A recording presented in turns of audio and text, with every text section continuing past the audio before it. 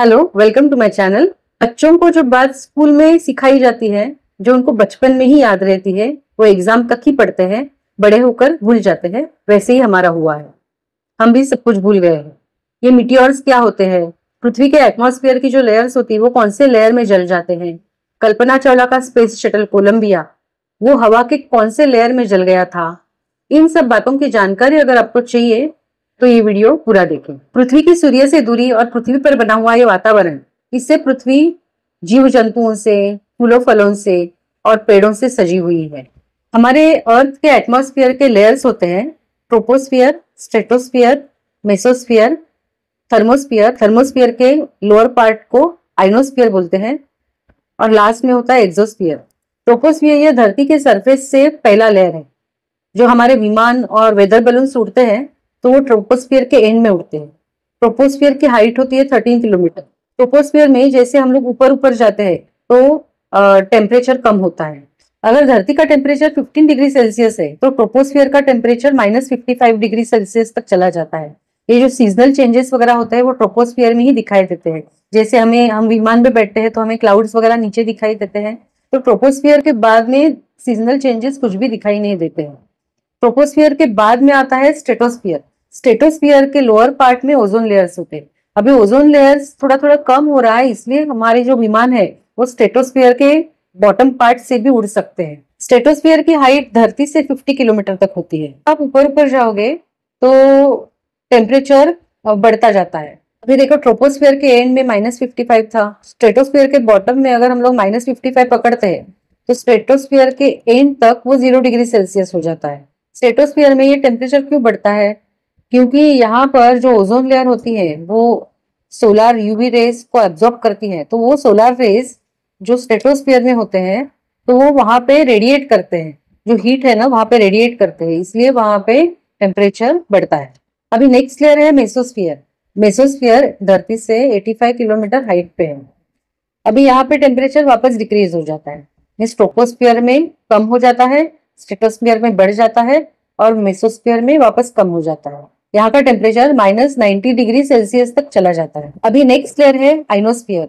ये धरती से 600 किलोमीटर हाइट पे होता है। इंसान ने बनाए हुए सैटेलाइट्स यहाँ पर घूमते हैं। यहाँ की जो हवा होती है, मीन्स गैसेस होते हैं, वो इलेक्ट्रिकली चार्ज होते हैं। यहाँ की जो रेडियो वेव्स होती है वो धरती को रिफ्लेक्ट और रिफ्लेक्ट करती है। इसकी वजह से हमें इंटरनेट, फोन ये सब इस्तेमाल करने को मिलता है। भारत में बैठकर हम इंग्लैंड में जो चल रही लाइव मैच देख सकते हैं, वो इसकी वजह से। हम यहाँ से अमेरिका तक फोन पर बात कर सकते हैं।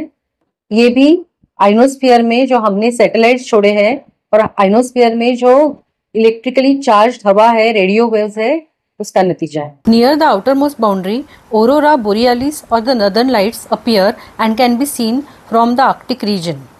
उसके बाद आता है थर्मोस्फियर। वो 500 किलोमीटर तक होता है और इसका टेम्परेचर 2000 डिग्री सेल्सियस तक चला जाता है। ये जो आइनोस्फियर है वो थर्मोस्फियर का लोअर पार्ट है। और उसके बाद आता है एक्सोस्फियर। एक्सोस्फियर का जो एंड है वो स्पेस में मर्ज हो जाता है। यहाँ की हवा एकदम थिन होती है और इसकी हाइट 10,000 किलोमीटर तक होती है और इसका टेम्परेचर 2000 डिग्री सेल्सियस से भी ऊपर होता है। पर होता क्या है कि यहाँ की हवा थिन है, तो यहाँ के जो एयर पार्टिकल्स है वो एक दूसरे से दूर है, तो वो गर्मी जो है वो एक दूसरे को पास नहीं करते हैं। तो इसलिए वहां पे 2000 डिग्री सेल्सियस होने पर भी एक्सोस्फियर में कूल होता है। अब हम मेसोस्फियर और थर्मोस्फियर पे कॉन्सेंट्रेट करते हैं। मैंने जो पहले पूछा था कि मीटियोर्स क्या होते हैं, कल्पना चावला का जो स्पेस शटल वो कौन सी लेयर में जला था, ये अब हम बात करते हैं। तो अभी मैंने बताया कि मेसोस्फियर की हवा कूल होती है। कूल होती है का मतलब हवा डेंस होती है। हवा डेंस होती है मीन्स वहां पे ज्यादा हवा होती है। हवा होती है मीन्स अगर उससे कोई टकराएगा तो वो फ्रिक्शन होता है। हवा का फ्रिक्शन होता है ना, इसलिए जो एरोप्लेन्स हम लोग बढ़ के जैसे स्ट्रीमलाइन बॉडी पे बनाते हैं, तो ये जो मीटियोर्स जो आते हैं वो स्पेस से आते हैं और उन्हें पहला हवा का जो लेयर है वो मेसोस्फियर में मिलता है। हम लोग अभी मेसोस्फियर पे कॉन्सेंट्रेट करते हैं। मेसोस्फियर में जैसे मैंने पहले बताया, मेसोस्फियर में हवा कूल होती है। कूल होती है इसका मतलब वहां पे डेंस हवा होती है। डेंस हवा होती है का मतलब अगर ऊपर से अगर मीटियोर आता है, मीटियोर कहाँ से आता है? मीटियोर जो एस्टेरॉइड बेल्ट्स होते हैं मार्स के ऊपर जो एस्टेरॉइड बेल्ट है वहां पे बहुत सारे बड़े बड़े पत्थर घूमते रहते हैं। तो वो पत्थर में से कोई पत्थर हमारी तरफ आता है और वो धरती की ओर खींचता चला आता है, थर्मोस्फीयर से आता है। थर्मोस्फीयर की एक्सट्रीम हीट से उसमें और भी हीट आ जाती है, वो गर्म हो जाता है। उसके बाद वो मेसोस्फीयर में आता है। मेसोस्फीयर में उसका पहले हवा के लेयर से संपर्क आता है और वहां पे फ्रिक्शन होता है। फ्रिक्शन होने के बाद वो जल उठता है और फिर जो बचा कुचा जो मिट्योर है वो नीचे आता है। तो वो हम लोग जब धरती से देखते हैं तो हम उसे शूटिंग स्टार कहते हैं। कभी कभी ये मिट्योर धरती तक पहुंचता भी नहीं है, मिट्योर वो हवा में ही खत्म हो जाता है। और बड़े बड़े जो पत्थर आते हैं जो धरती पर आते हैं तो वहां पे वो कैविटी बनाते हैं, होल बनाते हैं। ये जो महाराष्ट्र में जो लोनार लेक है वो उसका एक बेस्ट एग्जाम्पल है। और आपको पता है जो हमारे स्पेस स्टेशन होते हैं वो एक्सोस्फीयर में होते हैं। सुनीता विलियम्स वहां पर बहुत महीने रुकी हुई थी। अब हम आते हैं कल्पना चावला के स्पेस शटल कोलंबिया पे। स्पेस से धरती के एटमॉस्फेयर में आने के बाद एक्सोस्फीयर से उसका स्पेस शटल थर्मोस्फीयर में आया। एक्चुअली उसके लेफ्ट विंग में कुछ खराबी थी। लेफ्ट विंग में जो उसका जो थर्मल प्रोटेक्शन सिस्टम था वो खराब हो गया था और इसीलिए वो गर्म हवा को रोक नहीं पा रहा था।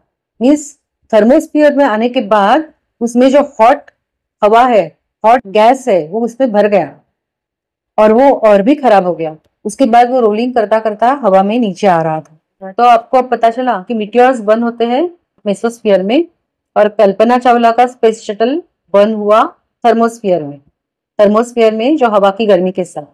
बट अब ये सवाल उठता है कि फिर वो जो मिटियोर्स आते हैं वो थर्मोस्फीयर में बर्न क्यों नहीं होते हैं? तो उसका कारण है कि मिटियोर्स बहुत थीन होते हैं। जो थर्मोस्फीयर की हवा है ना वो भी थीन होती है। आपको पता है कि गर्म हवा हमेशा थीन होती है, वो ऊपर ऊपर जाती है। थर्मोस्फीयर की हवा थीन होती है और जो मिटियोर्स होते हैं वो भी थीन होते हैं। मिटियोर्स थर्मोस्फीयर में फ्रिक्शन नहीं कर सकते, जब वो मेसोस्फीयर में आते हैं तभी वे फ्रिक्शन कर सकते हैं। और कल्पना चावला के कोलंबिया शटल का थर्मोस्फीयर की एक्सट्रीम गर्मी से डिस्ट्रक्शन हो गया। आप ये बात अपने बच्चों से शेयर कर सकते हैं और उनका भी नॉलेज बढ़ा सकते हैं। इसके बारे में आपको अगर और जानकारी है तो आप कमेंट्स में जरूर लिखिए ताकि वो कमेंट्स सब पढ़ सकते हैं। I believe in sharing the knowledge. Bye.